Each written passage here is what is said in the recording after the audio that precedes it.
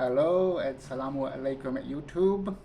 Today we are going to talk about Joe Biden because recently, in the last couple of days, he's been at the US Congress begging for money. Give me money.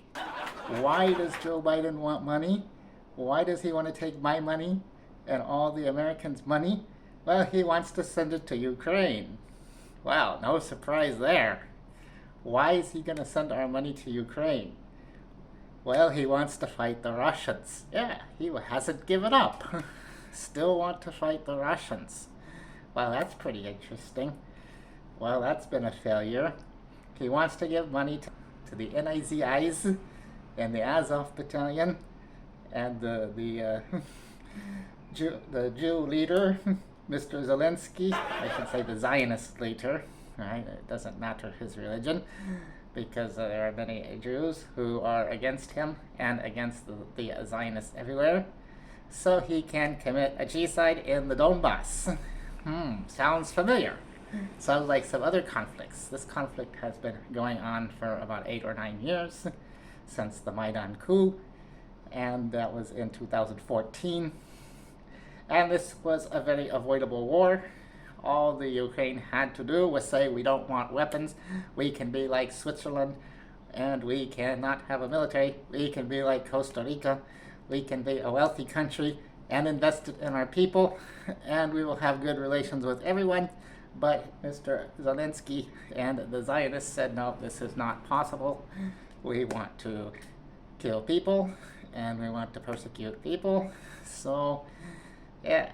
He took a lot of money from the West, and Mr. Biden is still asking for money. Biden has said a couple of days ago, if we don't fight the Russians will attack NATO.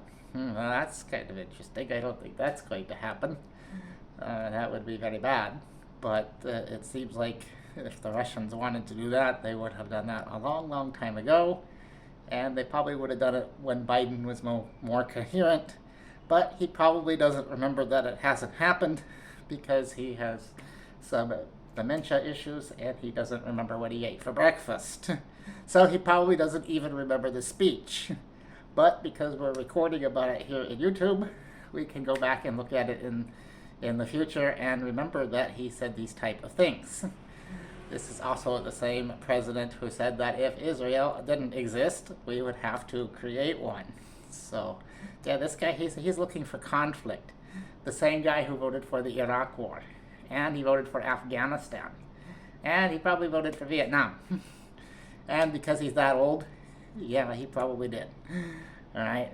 So, yeah, his record is very good about wars. He's voted for everyone that came up. Let's see what he's accomplished.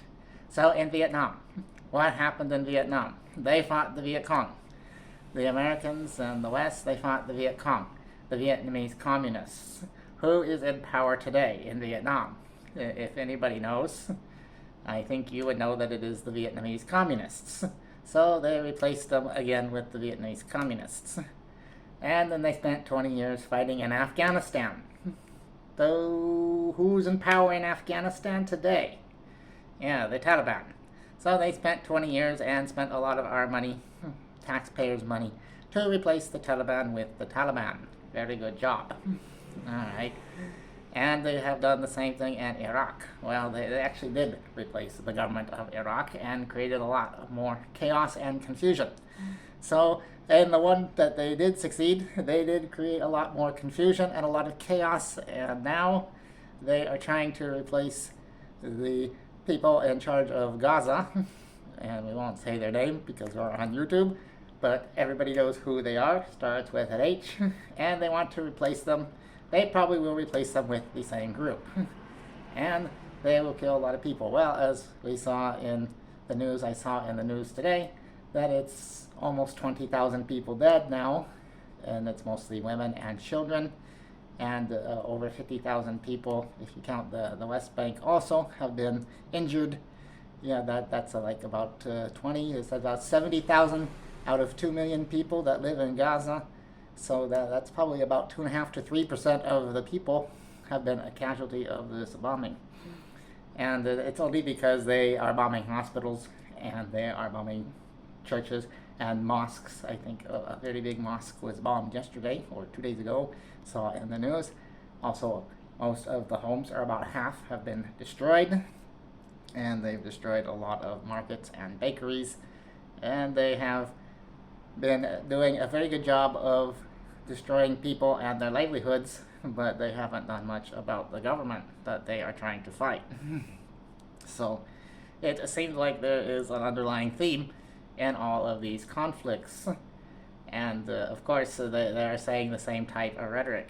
They are saying, if we don't do this, then we will not have peace. So how about if you negotiate and try to get peace?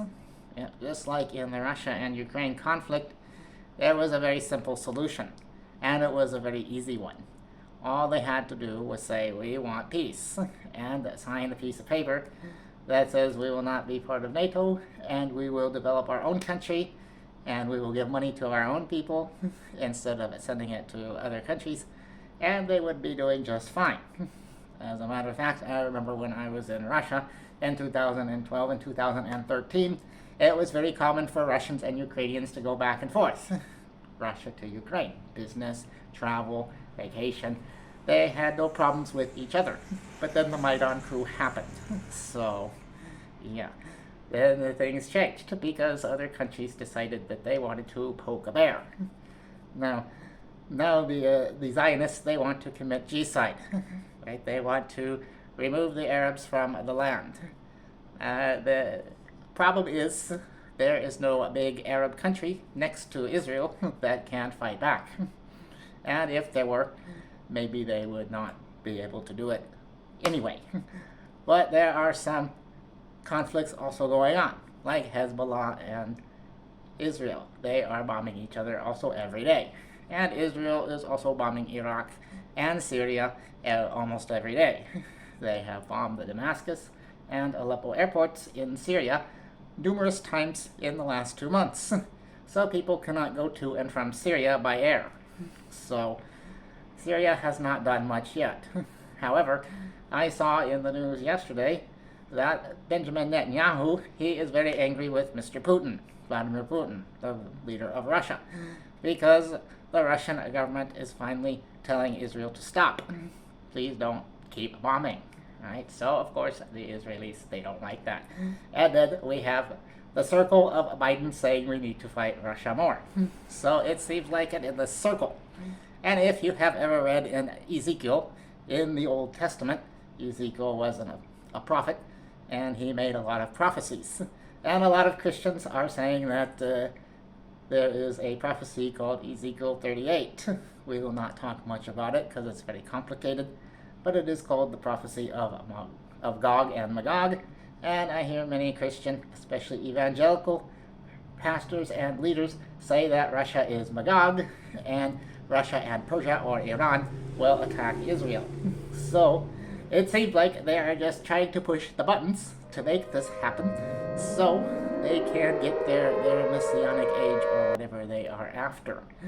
I don't really know because I don't know what goes on in their heads, but this is how it appears. And I've even seen some videos where some Christian missionaries are going around and telling people, do you know that Russia will attack Israel? Yeah. And then they ask these people, why do you think it is? Well, why do we think that Russia might want to attack Israel or Iran or Turkey or some of those other countries? Well, maybe they want to also defend innocent civilians.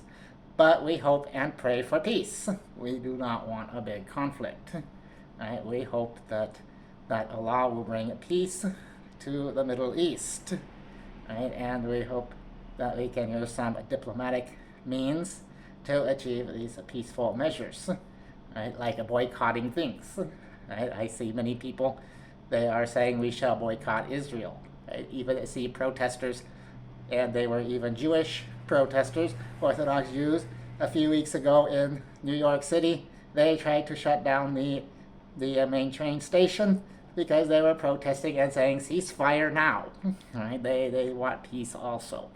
So it seems like that everybody wants peace except for a few select politicians Mostly they are Zionists, like Mr. Biden and Mr. Netanyahu and Mr. Zelensky and maybe a few others. So that is my take on this conflict, and we do hope that the U.S. Congress, they will find a way to vote no to send our money overseas. However, I do not have much hope.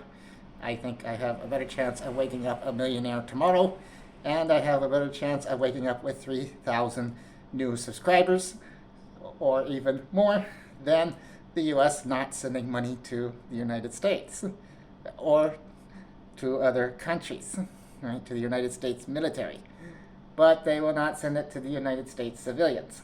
They only send it to the military, and then they send it to these other countries, and again, only to the military.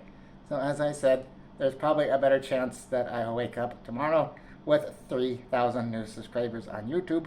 So hopefully, if you are watching this video, you can be one of those 3,000 new subscribers, and you can share and like the video.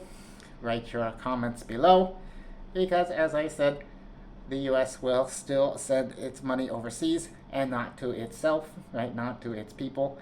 But it is still very possible that tomorrow there will be 3,000 new subscribers on this YouTube channel if you make it happen. And if you can make that happen, maybe you can encourage the politicians in your country, whether it's the United States or some others, to stop voting for wars. And maybe we can do some boycott, like not buying certain products like a Coca-Cola or Pepsi that are supporting the Zionist movement. Many people are also boycotting McDonald's, and yeah, that's a big issue, and many people have decided to choose that route. So that is something also to think about. So another thing we can do is pray for peace. We can make dua and keep the Palestinians in our prayers. So hopefully you find this video beneficial and interesting, and I hope to see you again in our next video. So like I said, please subscribe and comment and share and like to help the algorithm and to increase the number of subscribers so I can continue to make more interesting content. So thank you very much for your time and listening, and see you next time. Salamu alaikum.